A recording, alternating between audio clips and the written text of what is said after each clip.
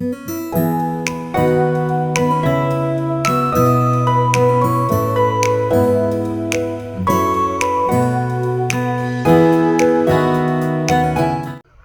Hello, good evening सगळ्यांना. जय भीम. मी सीमा. स्वागत आहे आपल्या सगळ्यांचं किचन सवंगडी आणि मी या चॅनलमध्ये.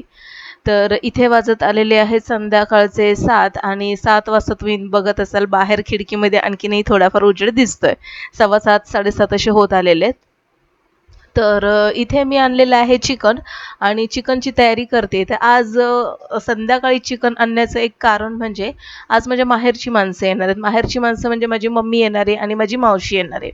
तर माझी मावशी राहते पुण्याला आणि त्यामुळे तिला मी बोलवलं होतं की मावशी येऊन जा म्हणून आणि म्हणून मग मावशी आलेले. तर म्हटलं मावशी आता एवढ्या दिवसांनी आले तर तिच्यासाठी चिकन वगैरे आपण बनवूया. तर मी ना दुपारी जेव्हा दवाखान्यामध्ये जेव्हा गेले होते तर त्याच वेळेस तिकडनं येताना डर्मटॉलॉजिस्टकडे गेले होते आणि तिथून येत असताना चिकन घेऊन आले. कारण की मग एकतर एवढं भर उन्हामध्ये जवळपास 2:30 ते 3 वाजता मी तिकडनं घरी आले आणि मग येता येता चिकन घेऊन आले. त्याच्यामुळे परत संध्याकाळी कुठे कोण जाणार परत, म्हणून मग मी येता येता ते काम केलं.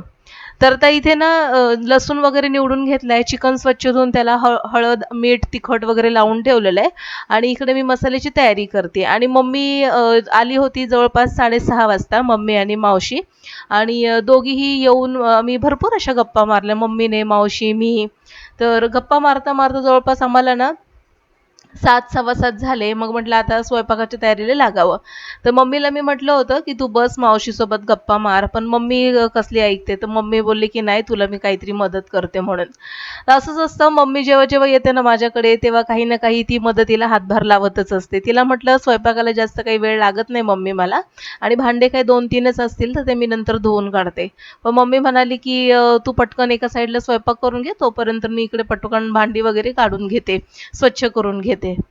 तर असं असतं जेव्हा कधी मम्मी वगैरे आपल्या माहेरी वगैरे येते ना आपली आई, तर आपल्या लेकीला बघून ती कधीच अशी बसून राहत नाही, काही ना काही ती करतच असते. आणि कधीही माझी मम्मी येईल ना तर नेहमी काही ना काही ती मला मदत करत असते. तर असं आता इथे ना जवळपास 7:40 झालेले आहेत, पाणी आलेलं आहे आणि पिण्याचं पाणी मी फिल्टरमध्ये भरून घेतलं आणि त्याच्याच खाली जो माठ ठेवलाय ना, तर तो थोडासा माठ पुढे करून फिल्टरमधलं पाणी त्या माठामध्ये भरते. कारण की माठ ना दुसऱ्या साईडला मी ठेवला होता. तुम्ही जर माझ्या मागचे व्हिडिओ जर पाहिले असाल तर त्या मागचा जो ओटा आहे ना, तर तिथे तो माठ ठेवला होता. पण मुलं ना माठाचा नळ व्यवस्थित बंद करत नाहीत आणि मग त्याच्यातलं पाणी असं खाली गळत राहतं आणि खाली लादी तर ओली व्हायची, शिवाय ते आपले कॅबिनेटचे डोर आहेत ना, तर ते देखील खालून असे ओले व्हायचे. म्हणून मग मी विचार केला की इथेच माठ शिफ्ट करावा आणि बरं पडतं इथे फिल्टरच्या खाली माठ वगैरे असं पटकन भरायला वगैरे.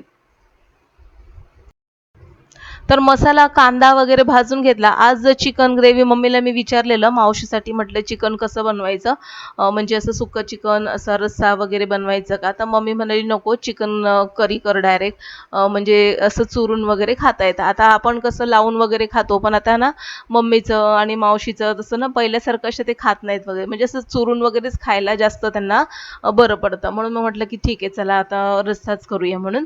तर इथे मी चिकन ना डायरेक्ट तेलामध्ये घातलं, मॅरिनेट केलेलं. याच्यामध्ये मी फक्त हळद, तिखट, मीठ घातलेलं आहे आणि ते तेलामध्ये डायरेक्ट घातलेलं आहे. याच्यामध्ये कांदा, टोमॅटो, आलं, लसूण मी काहीच घातलेलं नाहीये, कारण की तो सगळा मसाला मी भाजून त्याची पेस्ट केलेली आहे खोबऱ्यासहित. तर आता इथे चिकन डायरेक्ट कुकरमध्ये करते. त्याचं कारण म्हणजे आता वाजत आलेले आहेत 8 वाजत आलेले आहेत आणि मला असं वाटलं की 8 सव्वा 8 वाजता किंवा 8:30 9 वाजेपर्यंत या दोघींना जेवायला बसवावं. म्हणजे आम्ही सगळेच जेवायला बसणार होतो. म्हणून म्हटलं की डायरेक्ट कुकरमध्ये चिकन बनवावं. कुकरमध्ये 2 शिट्यांमध्ये चिकन बनवून तयार होतं. पण आता चिकन तयार करत असताना ना मी डायरेक्ट असा मसाला असं तेलामध्ये परतून मग त्याच्यामध्ये चिकन वगैरे घालत नाही. पहिलं तेलामध्ये चिकन घालते, ते व्यवस्थित परतून घेते. चिकनचं सुटलेलं पाणी सगळं आटवून घेते आणि मग त्याच्यावरती मसाला घालून 2 ते 3 मिनिटासाठी झाकून ठेवते. मसाल्याला छान तेल सुटतं आणि मग आपल्याला हवी तेवढी ग्रेव्ही पाहिजे तेवढं पाणी त्याच्यामध्ये घालायचं आणि मस्तपैकी कुकरचं झाकण लावून 2 शिट्ट्या करायच्या. झटपट चिकन इतकं जबरदस्त होतं ना, आणि या चिकनची चव एकदम जबरदस्त लागते. म्हणजे बरेच जण बघा आधी चिकन म्हणजे शिजवून घेतात कांदा, टोमॅटो, आलं लसणामध्ये आणि मग त्याचं आळण पाणी वेगळं काढतात आणि मग मसाल्यामध्ये चिकन वेगळं बनवतात ग्रेव्हीवालं. पण तसं न करता डायरेक्ट असं जर बनवलं ना, वेळ कमी जातो, गॅस वाचतो आणि दुसरी महत्त्वाची गोष्ट चिकनची जी करी आहे ना, ती एक नंबर बनते. तर इथे मी चिकनचा सगळं मसाला म्हणजे पाणी वगैरे आटवून घेतलं, मसाला वगैरे घातला त्याच्यामध्ये आणि आता लगेचच कुकरला झाकण लावून याच्या 2 शिट्ट्या करून घेणार आहे. एका साईडला कुकर होतोय तोपर्यंत दुसऱ्या साईडला मी पटापट भाकरी वगैरे करून घेतल्या आणि मम्मी पुन्हा म्हणत होती की मी भाकरी करते म्हणून. तर मम्मीला म्हटलं नको आता मी करते पटकन तू बस म्हणून जाऊन हवेला. कारण की खरं सांगते इतकं गरम होतंय ना, म्हणजे कल्याण मुंबई साईडला खूप गरम होतंय, पावसाचं निशाणच नाहीये. पण असं सतत असं ढगाळ वातावरण होतंय आणि खूप असं गरम होतंय आणि त्यातल्या त्यात माझ्या किचनमध्ये एक्झॉस्ट फॅन नसल्यामुळे ना सगळी किचनची जी गरम हवा आहे ती किचनमध्येच फिरते. आता मी भात वगैरे देखील करणार आहे, पण या दोघी ना भात वगैरे काही जास्त खात नाहीत. म्हणजे नाही म्हणायला तसं म्हटलं ना, की भात त्या खातच नाहीत. भात खाल्ला की त्यांचे ना गुडघे आणि पाय वगैरे दुखतात आणि माझ्या मावशीचे ते पाय डायरेक्ट सुजतात. त्याच्यामुळे ती भात वगैरे टाळते आणि सोबतच माझी मम्मी देखील भात खात नाही. तर म्हटलं की त्यापेक्षा आपण भाकरी थोडी जास्तीच्या करूया. भात तर लागेलच निलायला.